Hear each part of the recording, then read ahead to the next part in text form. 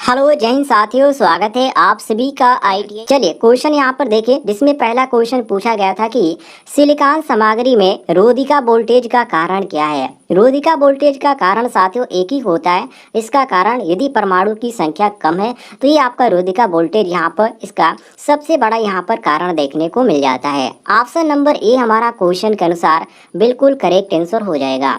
आगे देखते हैं अगले क्वेश्चन को, जिसमें अगला क्वेश्चन पूछा जा रहा है कि ड्राइव में आउटपुट चरण में उपयोग किए जाने वाले पावर इलेक्ट्रॉनिक घटक का उन्नत संस्करण कौन सा है, एफईटी या यूजेटी या एससीआर या आईजीबीटी। तो साथियों यहाँ पर सही हो जाता है ऑप्शन नंबर डी, जिसको आईजीबीटी के नाम से जाना जाता है। डी ऑप्शन क्वेश्चन के अनुसार करेक्ट आंसर हो जाएगा।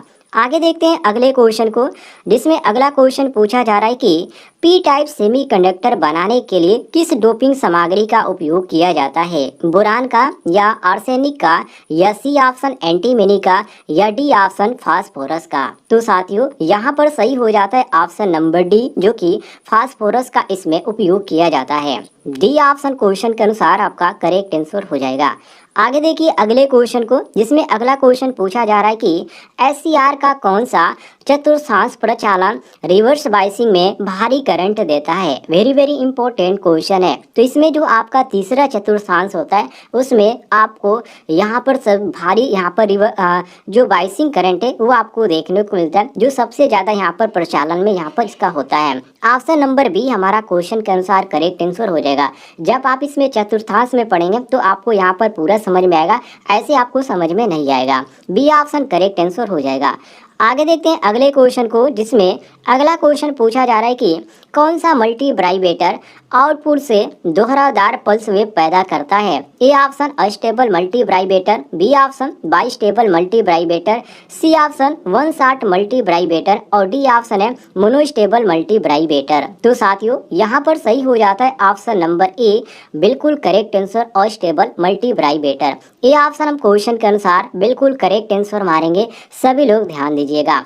चलिए आगे बढ़ते हैं अगले क्वेश्चन पे, जिसमें अगला क्वेश्चन पूछा जा रहा है कि बिंदु संपर्क विकसित डिफ्यूजन और मिश्र धातु जंक्शनों के तरीकों का उपयोग करके किस उपकरण का निर्माण किया जाता है। ए ऑप्शन प्रेरकत्व का, बी ऑप्शन प्रतिरोधक का, सी ऑप्शन संधारित्र का, डी ऑप्शन ट्रांजिस्टर का। तो साथियों यहाँ पर सही हो जाता है ऑप्शन नंबर डी, ट्रांजिस्टर का। डी ऑप्शन आपका क्वेश्चन के अनुसार बिल्कुल करेक्ट आंसर हो जाएगा, सभी लोग मिला लीजिएगा। आगे बढ़ते हैं अगले क्वेश्चन पे, जिसमें अगला क्वेश्चन यहाँ पर पूछा जा रहा है कि JFETs की तुलना में मोसफेट में के धारा नियंत्रण में क्या अंतर है। ए ऑप्शन जंक्शन के बजाय इंसुलेटेड परत है, बी ऑप्शन पी सामग्री के बजाय एन सामग्री का उपयोग करना, सी ऑप्शन एन सामग्री के बजाय पी सामग्री का उपयोग करना और डी ऑप्शन है सामग्री के बजाय एन सामग्री गेट का उपयोग करना। तो साथियों यहाँ पर सही होता है ऑप्शन नंबर ए, बिल्कुल करेक्ट आंसर, जंक्शन के बजाय इंसुलेटेड परत का इसमें उपयोग करना। ये सबसे बड़ा इसका अंतर देखने को मिलता है JFETs में और मोसफेट में। Option number A correct answer हो जाएगा, मिला लीजिएगा। आगे बढ़ते हैं अगले क्वेश्चन पे, जिसमें अगला क्वेश्चन पूछा गया और इसको मैं कई बार यहाँ पर आपको बताया भी हूँ, इसको ध्यान रखिएगा। इसमें कहा जा रहा है कि कंट्रोल पैनल वायरिंग में वायरिंग एसेसरीज का यहाँ पर नाम है। आप इसको ध्यान से देख लीजिए, क्योंकि ये एग्जाम में कई बार पूछा गया। इसका नाम क्या है, इसको बोला जाता है साथियों डिंडेल। यहाँ पर जो आपका सही ऑप्शन मैच करे वो ऑप्शन नंबर ए मैच करे, डिंडेल। चलिए आगे देखिए अगले क्वेश्चन को, जिसमें अगला क्वेश्चन साथियों इसमें पूछा जा रहा है कि पैनल बोर्ड में कौन सा डिवाइस ओवरलोड और शॉर्ट सर्किट से बचाती है। तो जब भी यहाँ पर पैनल बोर्ड की बात किया जाए तो इसमें आपका MCB का प्रयोग किया जाए शॉर्ट सर्किट से बचाने के लिए।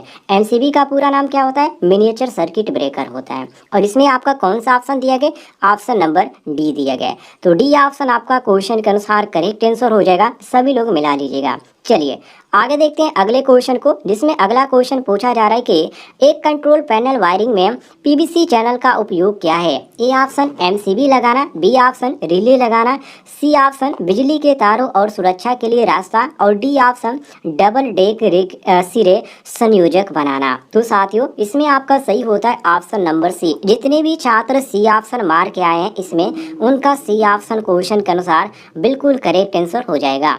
आगे बढ़ते हैं अगले क्वेश्चन पे, जिसमें अगला क्वेश्चन पूछा जा रहा है कि डीसी मोटर की गति की गणना करने के लिए किस सूत्र का उपयोग किया जाता है, एन बराबर ई बी अपान फाई का, या एन बराबर फाई अपान ई बी का, या एन बराबर ई बी इंटू फाई अपान 120 का, या एन बराबर ई बी इंटू फाई अपान 60 का। तो साथियों इसमें जो आपका सही सूत्र हो जाता है वो आपका ऑप्शन नंबर ए सही हो जाता है, एन बराबर ई बी अपान फाई का। ये ऑप्शन आपका क्वेश्चन के अनुसार बिल्कुल करेक्ट आंसर हो जाएगा, सभी लोग मिला लीजिएगा। चलिए आगे बढ़ते हैं अगले क्वेश्चन में, जिसमें अगला क्वेश्चन पूछा जा रहा है कि डीसी मोटर में करंट की दिशा किस नियम से निर्धारित होती है। ए ऑप्शन दाहिने हाथ पकड़ नियम, बी ऑप्शन दाहिने हाथ के हथेली का नियम, सी ऑप्शन फ्लोमिंग के बाएं हाथ का नियम, और डी ऑप्शन है फ्लोमिंग के दाहिने हाथ का नियम। तो साथियों इसमें आपका सही हो जाता है ऑप्शन नंबर डी, फ्लोमिंग के दाहिने हाथ का नियम। ये तो काफ़ी इजी क्वेश्चन था, सभी लोग इसका सही आंसर ही मारे होंगे। आगे बढ़ते हैं अगले क्वेश्चन में, जिसमें अगला क्वेश्चन साथियों पूछा गया था कि कौन सी कुचालक सामग्री श्रेणी बी के कुचालक की है, जिससे कि कपास या बांस या फाइबर ग्लास या चमड़े का कागज। तो साथियों इसमें आपका सही हो जाता है ऑप्शन नंबर यहाँ पर सी, जो कि इसमें जो प्रयोग किया जाता है फाइबर ग्लास का यहाँ पर ज़्यादातर प्रयोग किया जाता है, श्रेणी बी के अंतर्गत ही आपकी आती है। बी सी ऑप्शन बिल्कुल करेक्ट आंसर हो जाएगा। आगे देखिए अगले क्वेश्चन को, जिसमें अगला क्वेश्चन पूछा जा रहा है कि डीसी शंट मोटर के साथ 3 पॉइंट स्टार्टर में नो वोल्ट कॉइल कैसे जुड़ा होता है। नो वोल्ट कॉइल का मतलब एनवीसी की बात कर रहे हैं। तो एनवीसी जो जुड़ा होता है साथियों, ये जुड़ा होता है शंट फील्ड के साथ श्रेणी क्रम में, और इसमें जो आपका सही ऑप्शन देखने को मिल रहा है ऑप्शन नंबर डी आपको देखने को मिलता है, बिल्कुल करेक्ट आंसर मिला लीजिएगा। चलिए आगे देखते हैं अगले क्वेश्चन को, जिसमें साथियों अगला क्वेश्चन पूछा जा रहा है कि डीसी मोटर के लिए स्टार्टर की आवश्यकता है। डीसी मोटर के लिए स्टार्टर की आवश्यकता क्यों पड़ती है, आखिर इसकी ज़रूरत क्यों है। तो देखिए जब यहाँ पर जो आर्मेचर करंट है यदि यहाँ पर ज़्यादा और कम होता है तो उस समय हम आर्मेचर करंट को सीमित करने के लिए यहाँ पर डीसी स्टार्टर की आवश्यकता हम यहाँ पर लेते हैं, मतलब उपयोग में लेते हैं। तो ऑप्शन नंबर डी हमारा करेक्ट आंसर हो जाता है। आगे देखिए अगले क्वेश्चन को, जिसमें अगला क्वेश्चन पूछा जा रहा है कि भारी भार के अचानक भारित करने के लिए किस प्रकार की डीसी मोटर का उपयोग किया जाता है, शंट मोटर का, या श्रेणी मोटर का, या विभेदक यौगिक मोटर्स का, या संचयी यौगिक मोटर्स का। तो साथियों यहाँ पर सही हो जाता है ऑप्शन नंबर डी की संचयी यौगिक मोटर्स का। डी ऑप्शन क्वेश्चन के अनुसार आपका बिल्कुल करेक्ट आंसर हो जाएगा, सभी लोग मिला लीजिएगा। आगे बढ़ते हैं अगले क्वेश्चन पे, जिसमें अगला क्वेश्चन पूछा जा रहा है कि रिट्रोग्रेसिव वेव वाइंडिंग के लिए औसत पिच अर्थात वाईए की गणना करें यदि आर्मेचर करंट की संख्या 14 स्लॉट की संख्या और यहाँ पर यदि ये ध्रुवों की संख्या 2 दी गई है। इसका मैंने सवाल आपको बताया था कैसे सॉल्व करना है, यदि आपने देखा होगा वो वीडियो तो आसानी से सॉल्व कर सकते हैं। इसका आपका 14 हो जाएगा, जो कि मैंने लाइव में आपको यहाँ पर इसका आंसर बताया था और समझाया भी था कि कैसे आपको इसको सॉल्व करना है।